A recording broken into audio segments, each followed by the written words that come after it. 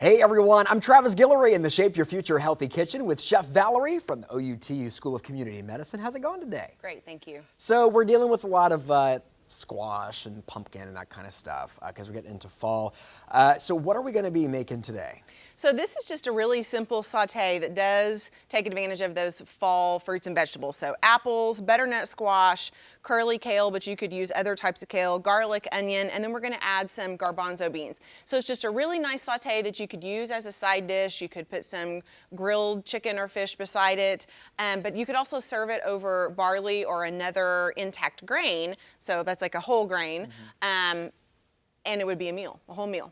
Yeah. Okay, so we have some onions and garlic already sauteing, and this is a couple of apples that are just chopped up, and you can see they're kind of a large dice. And if we had more time, we would want these apples to get some really nice caramelization on them, because the more something is cooked and it's caramelized, starts turning brown, that equals more flavor. So some good caramelization on the apples and some good caramelization on the butternut squash. So this butternut squash, you can see that I've cut it in half and then I peeled it, and of course you would scoop out the seeds if you're using this end, but if you don't want to go to all that trouble, you can buy butternut squash already chopped up in the produce section as well as the freezer section. Oh, so you got some options there. Right, so don't let that be a reason that you don't make a dish, because most things you can find in the freezer section, and we opt for frozen over canned because there's much less sodium in the frozen foods, and they're just better quality. Yeah, right.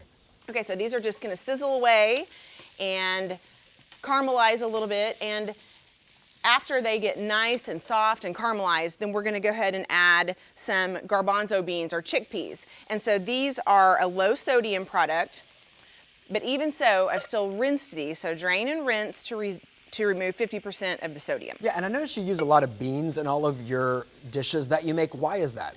So beans are very filling, they're very affordable, so even if you buy them canned or dry, they're very, very inexpensive. And one of the other great things about beans is that if you're trying to watch your total sugar intake, one serving of beans, or each serving of beans that you eat, reduces your risk for diabetes by 13%. Oh, wow. Yeah, so it's because they're so high in fiber. So so you're gonna see us using beans most of our segments. Yeah. And the reason is because we try to incorporate as many beans as we can.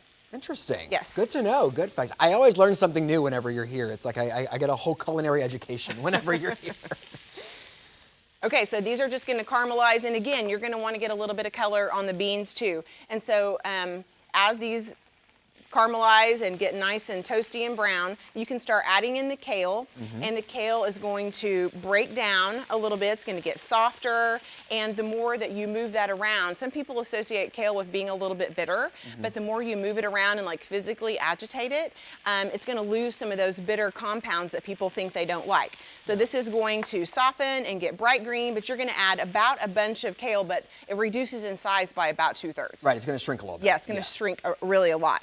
And so we have some salt and pepper. I'm just going to add like a pinch of pepper, probably a quarter of a teaspoon.